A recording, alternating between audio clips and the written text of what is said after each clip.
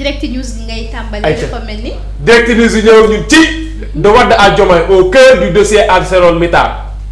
monsieur le maire. le maire. dem na. daa dem maa ngi ba.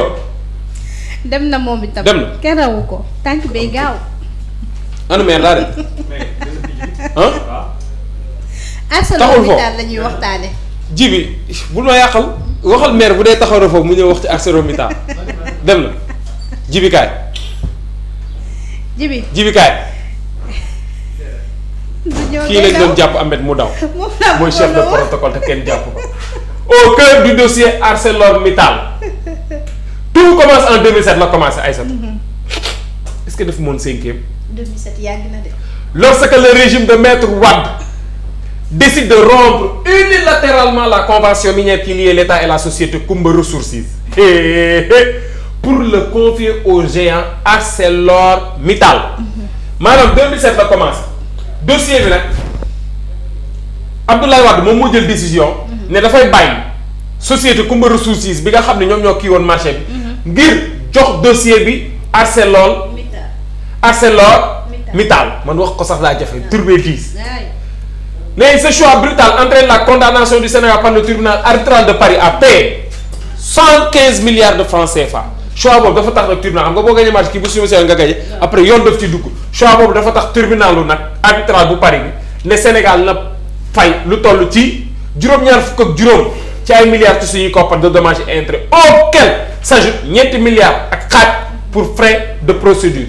avec l'arrivée de Macky Sall ginnaaw bi Macky Sall ñëwee Aly Ngouille Ndiaye moom moo jël dossier bi nag en mai et attaqua le multinational au tribunal de Paris mu yóbbu leen Paris ngir lan ngir ñàkk a respecter seeni engagement ArcelorMittal fut condamné à son tour Aly Ngouille nag bi mu ñëwee Sénégal am ndam ñu condamné ArcelorMittal le gouvernement de Macky Sall engage des négociations qui débouchent le 30 mai 2014 sur une transaction à hauteur de 150 millions de dollars soit environ 90 milliards gouvernement Macky Sall nag duggaat ci ay négociations yoo xam ne 30 mai la am ñu am ci 150 millions de dollars 150 millions de dollars mooy juróom-ñeent fukki milliards ci suñuy koppar ya nga xam ne génn na ci restitution d'études techniques évaluées à 50 millions de dollars kañ le 4 juin 2014 tribunal arbitral bi entérine cette issue à l'amiable nag mbir mi nag ñu waxtaanee ko daal l'argent est rapidement viré xaalis bi ñu joxe ko. lors du réunion. woon la dafa yàgg nag. jëlal Aïssatou direct Mansour merci kenn du yow. nee naa ko dossier bi daa yàgg nag 2014 ba léegi. yàgg na. Aïssatou. waaw. dafa am sama benn waay. laay fay des vidéos mu ngi Touba. laay fay des vidéos nee na moom ubbil bi la mënta muñ. ubbil les écoles yéen kaay. laay fay des vidéos maa ngi lay nuyu. moom nga lanceur d'alerte moom laa may revue bi tey. accès à l'information et déclaration de patrimoine la société civile alerte et recommande. société civile alerte nañ de.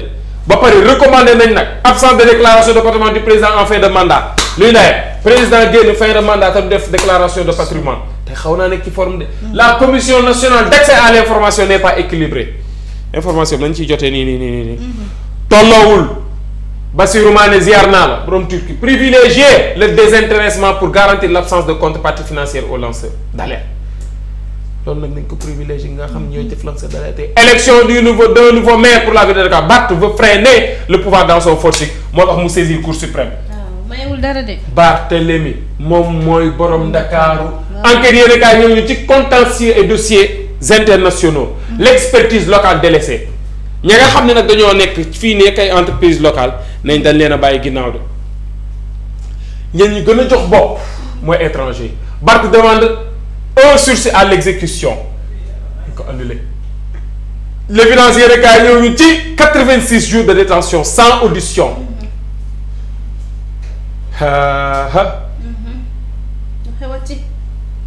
juróom-ñetti fukk ak juróom-benn ci ay fan yoo nga xam ni Mansour Faye téye nañ ko.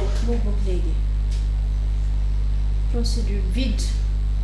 boobu ba tey déglooguñ ko la défense de Mansour Faye dénonce une procédure vide dañ procédure bi amul dara rien nada la CNK ñoo ñu ci première dame Absa famille amitié et engagement politique le choc des valeurs.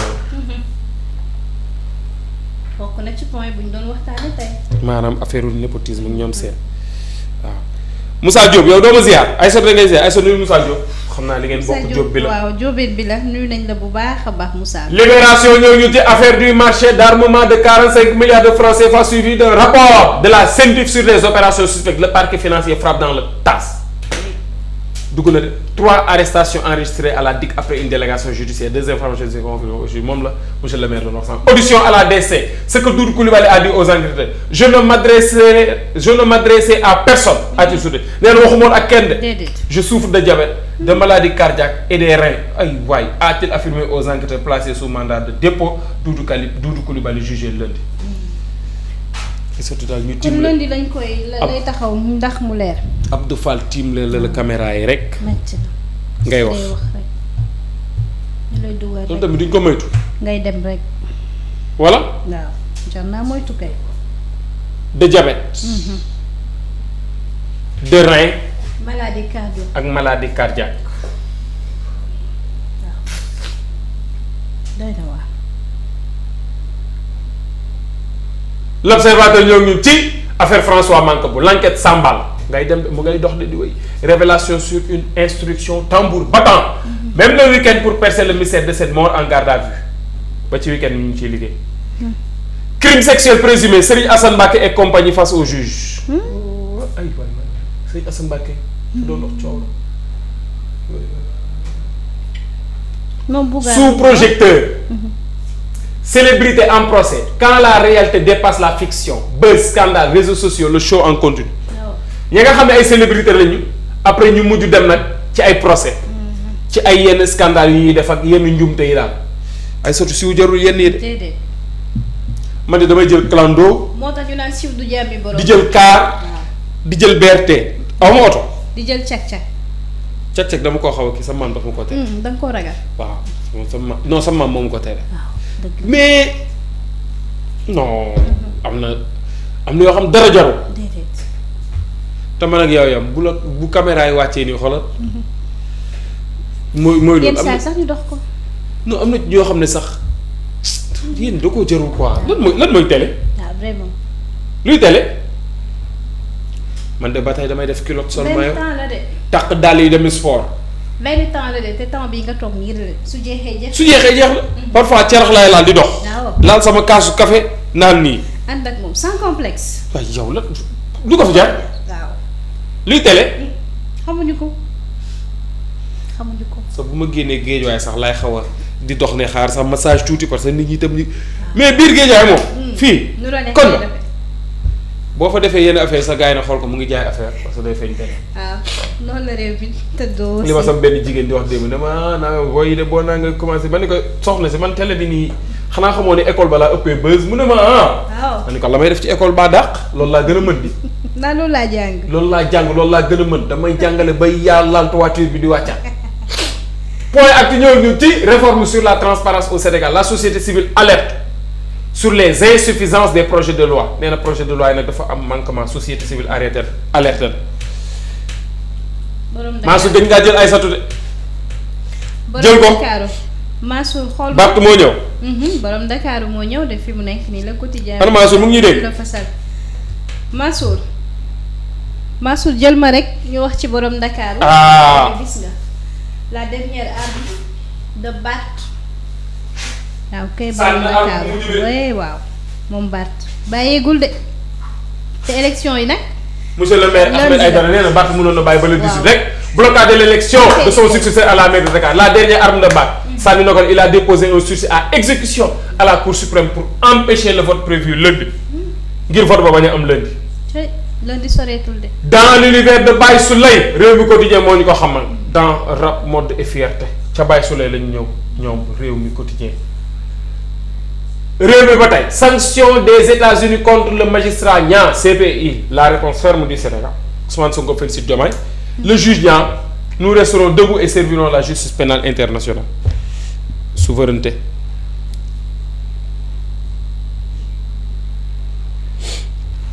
Baye Fall Sarr parfois daf may sànni xeer nag quoi ziar naa la.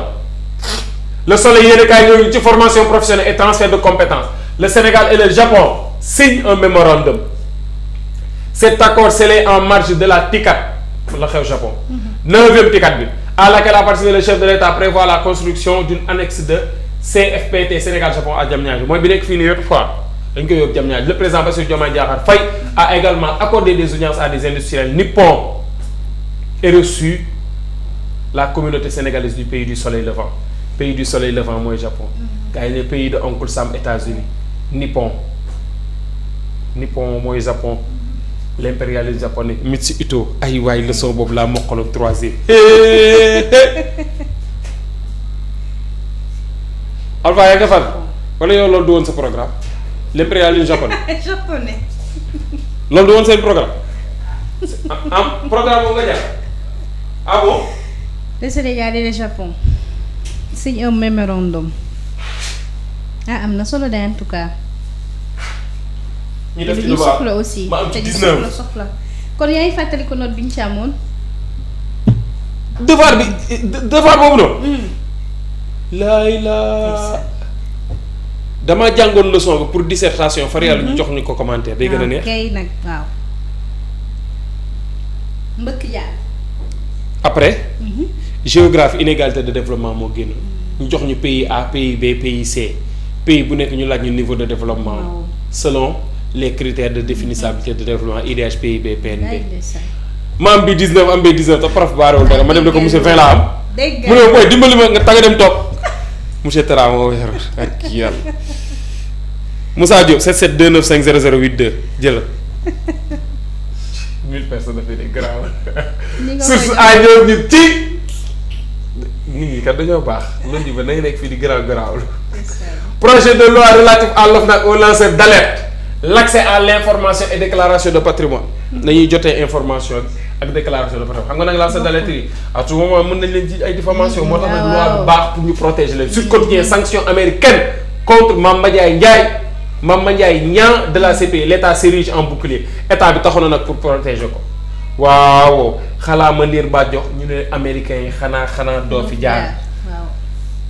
Turbine yëg na ba ca kaw calvaire des inondations la situation s'aggrave à Touba nee na mbir yaa ngay gën a métti Touba de les pluies de mercredi ont rendu la situation plus compliquée le bassin de Darou Rahman s'affaisse augmentant les dégâts les habitants appellent au secours et au pompage des eaux.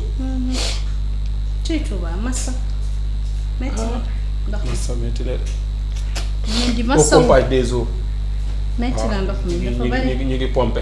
am naa sama benn waay ndeysaan moom tamit mu ngi pompé di jàppale population goxam. Mamadou Ndiaye Diop am na solo. non macha allah acte bi daal. c'est un acte à saluer. maa ngi ko gis mu rafet. ma dem ba koy woo téléphone am na lu ma doon def ma jàpp ma gisaat li sama xel dem ci. Mamadou Ndiaye Diop macha allah gis nañu acte bi. bi nga def fële ca boori cité trésor. tali ba noonu tali bi moo jël avenue Sëñ Saliou jëm gàddaay. tali boobu ay soto bu wisee rek mu taal buy wis muy taal ndeysaan nag keroog mu débloqué mooy ànd ci population xam nga ñuy pompe ndox bi ngàcc ko. loolu xaarul autorité xaarul état nekk benn bonne volonté ci koñ bi. dajale li nga am mu néew ak mu bëri nga jox leen ko c'est à féliciter. grand félicitations. grand Moon Ndiaye Diom. macha allah yàlla na yàlla mottali yàlla gën a dëgëral taxawaay bi quoi. mu yàgg di ko mën a def di nuyuwaale tamit suñu waa jooju ma Ndiaye ku baax waaw ku baax ma Ndiaye mu man mënuma di wax ci moom. wallaay daa baax. nii daal laa koy defee. Vox Populi ñëw ñun ci le procureur adjoint sénégalais de la CPI visé par des sanctions de l'administration américaine Amérique ñoo ko sanctionné le Sénégal en dernier rempart du magistrat Mame Ndiaye Niang soutien massif de l'État et des Sénégalais à leurs compatriotes dans la visite de Trump ko singli waaye nag nee nañ ko dinañ la soutenir di nga xam ne am nga ay mbokk. Walf Quotidien ñëw ci Mamadou Ibra Kane président du CDEPS le plan du régime c'est liquider la presse privée ah bon.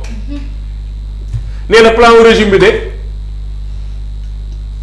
moom mooy liquider presse génne leen tasasa Sénégal demi-finale contre le Mali les lions plus forts que jamais yàlla na leen yàlla may ndam Sénégal. Mali finale d'une coupe inchallah. yor yéen kaay ñëw ñu ci Sénégal Japon investissement en marche ñu ngay dugal le président Diomaye attire les gens japonais au Sénégal. indi na leen de ñëw leen fii ngeen investir fi waaw kay.